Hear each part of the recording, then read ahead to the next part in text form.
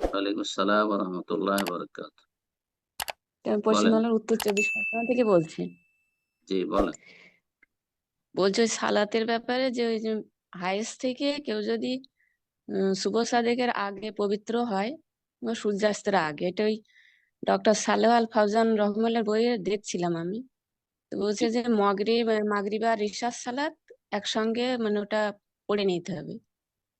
আর সূর্যাস্তের আগে হলে বলছেন যে জোহর জোহর আসর। আর আসরের সালাত পড়ে নিতে হবে। যে এই সময়টার ব্যাপারে আমি একটুখানি, মানে সঠিকভাবে জানতে চাচ্ছিলাম একটুখানি। সময় মানে যখনই পাক পবিত্র হলেন গোসল করে পড়ে নেবেন একসাথে জমা করে। না না, ধরেন ওই শুভ সাদেকের আগে আর সূর্যাস্তের আগে যেটা বলছেন, যে মানে হ্যাঁ, তো একদম দেখা যাচ্ছে যে ভোর তিনটাই কেউ ভোর তিনটায় পাক পবিত্র হলো, তো ও গোসল করে নিয়ে দেখছে যে এখন আমি পাক পবিত্র হয়ে গেছি, আর ব্লিডিং নেই, তাহলে গোসল করে নিয়ে তখন আপনার মাগরিব আর এশা দুটো পড়ে নেবে। এটা অনেক ওলামাদের মত, আর এতে অধিক সতর্কতা